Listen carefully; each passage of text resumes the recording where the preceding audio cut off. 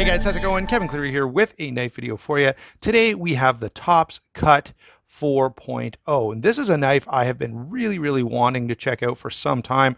I'm really thankful that a viewer was kind enough to send this along and let me spend some time with it. And it has been a bit of a time, so I'll apologize for that in advance. It's just, things have been really crazy for me schedule-wise. So let's get into this guy. This might be a misnamed knife, so I'll give you a little bit of a hint. Now, this is designed to be a combat slash utility cutting tool. All right, designed by Josh Swagnan. I'm probably pronouncing that wrong, but he's trying to kind of give the best of both worlds here, and that is a challenge. Okay, this is designed, as I said, to be a combat knife as well as a utility cutting tool, and the designer is quite a big fan of the sort of these ring-handled combat style knives, and so he wanted to take that design and sort of bring it into an EDC utility cutting type of realm, and in some ways, I think he's done a good job. In other ways, there are a couple of, there's one big miss here that is a bit of a problem. But let's get into the initial thought about size, weight, and carry, because I think in that department, he definitely nailed it. 8.5 inches overall, 4 1/8 inch blade, 4 3/8 kind of on the handle. Now the handle is a little bit different, right? You only have a small bit of grip area here because your pinky finger is designed to go in this ring.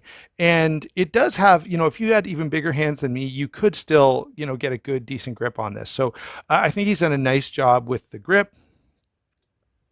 Whether that's exactly, Tops or Josh there, giving the specific measurements, I'm not 100% sure, but overall, the implementation here is pretty nice.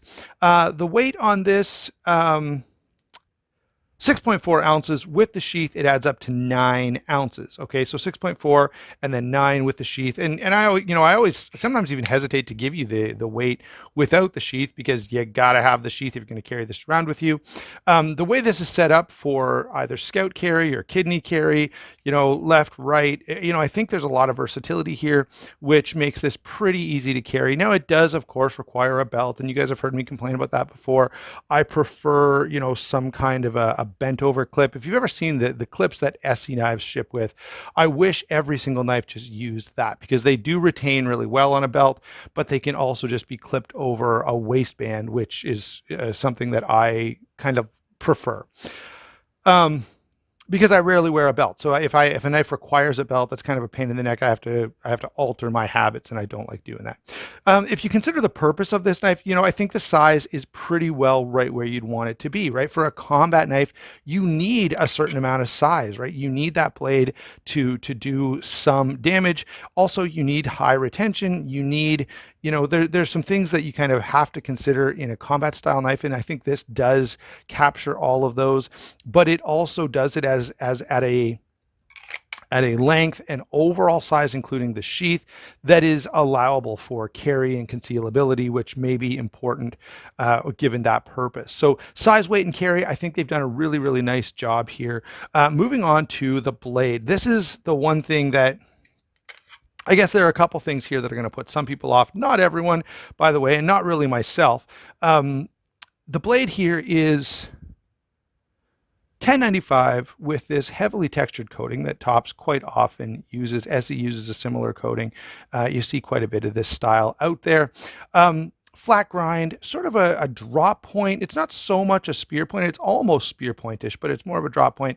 Some nice jimping here along the back, and a flat grind that goes fairly high. So those things in themselves, I think, are pretty decently done. Perhaps a hollow grind would be beneficial here. Now you can see that this is very thick behind the edge, okay? And it gets thicker. Like up here, it's almost 60 thousandths behind the edge.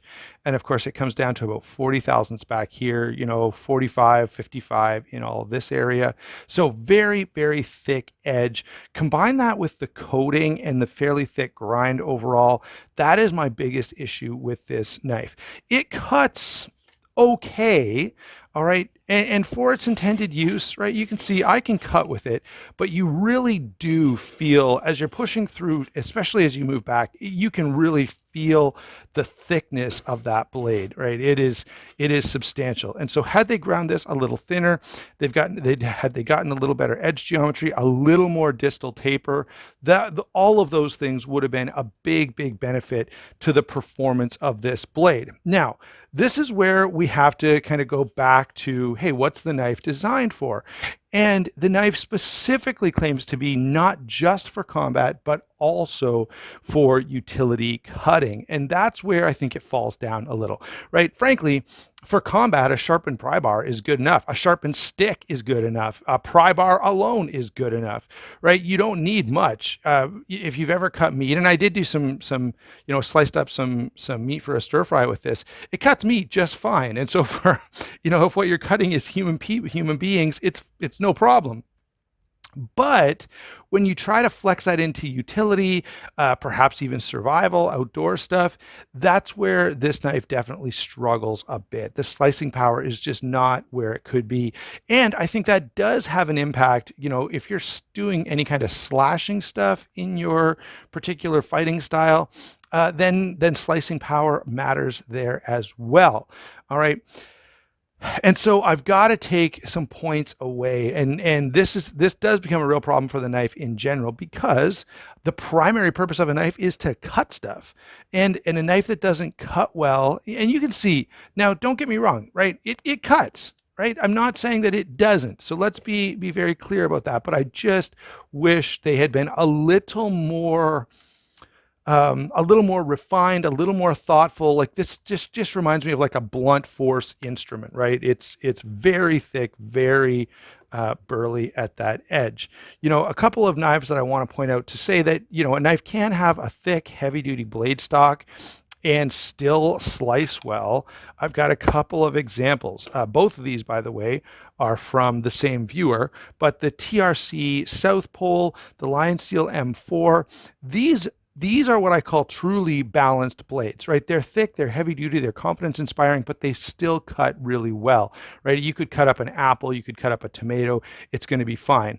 I would be looking, if I was doing any kind of kitchen work, I'd be looking for something else rather than this cut 4.0. Okay, and so balance becomes sort of an important thing. Now, I want to bring in one other knife here because it actually really puts me in mind of this, and that is the Kaiser Harpoon. If you want a knife that cuts well and has a coating, the Harpoon is a great way to do it. Now, it's D2 steel, so the edge retention is going to be better than 1095, okay, but the toughness is not going to be as good. So,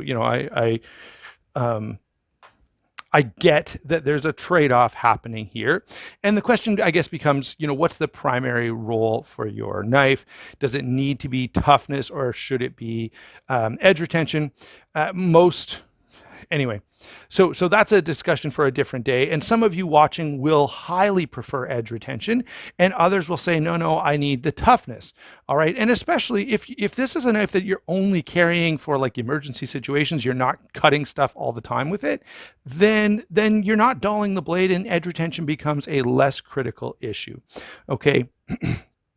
So I'm not in love with 1095. Generally speaking, I'd rather see outdoor knives in 3V, even in some of the nicer stainless steels that we use. 1095 is okay, but it's just not my favorite pick. And in this case, I do think the challenge becomes one of edge geometry. If this was 1095 but it had great edge geometry, we would not be having any complaints about the blade. All right, so that's my discussion of the blade, and I did want to throw in a few comparisons there. Now, I'm not going to actually, I'm going to bring in I'm going to bring in the Harpoon again in a moment when we talk about the handle, but for now, my biggest issue with this blade, it's very tough, very heavy duty, but you can go too far in that direction, and I think this knife has kind of done that. The handle. Now, the handle here is really, really good. Obviously, it's a little thicker. The blade stock is a little thicker, all right, but this is quite comfortable. Obviously, because of that ring, the retention is excellent, right? You're not going to drop this knife. Someone is not easily going to take it from you, right? So So in terms of retention, that is very, very high, and that can be useful not only in, a combat situation, but any emergency situation. You lose those fine motor skills because your body's flooded with adrenaline, and so having that extra retention point does have sort of a practical purpose for any sort of emergency type situation. And that thicker stock and that thicker handle make a big difference in terms of comfort. So yeah, really, really nicely done. Let me show you. This is an issue that a lot of sort of EDC style fixed blades have. Now here's a knife. Look at this, guys. The Bulldog is even a bit thicker yet than the Cut 4.0, and yet it doesn't have a great handle. Now that's a design choice that they've made. They were actually going for potentially a neck knife here, and this is big, and I think too big and too heavy to be a neck knife. It does carry really well as an EDC, but if you had a ton of work to do, right, this becomes a problem. So the Tops does a great job of giving me a big, comfortable, useful handle here. Let me bring in another example. Here is the Civivi Elementum fixed blade. Again, a little bit thicker now, simpler, but equally as comfortable. It does have the opportunity to choke up. The blade stock is not nearly as thick. We can all see that.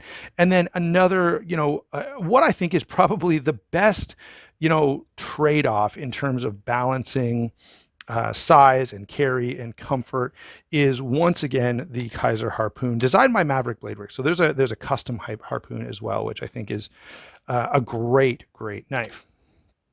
But what I like about the Harpoon is it gives me lots of handle. It's still comfortable, right? It's grippy with that micarta.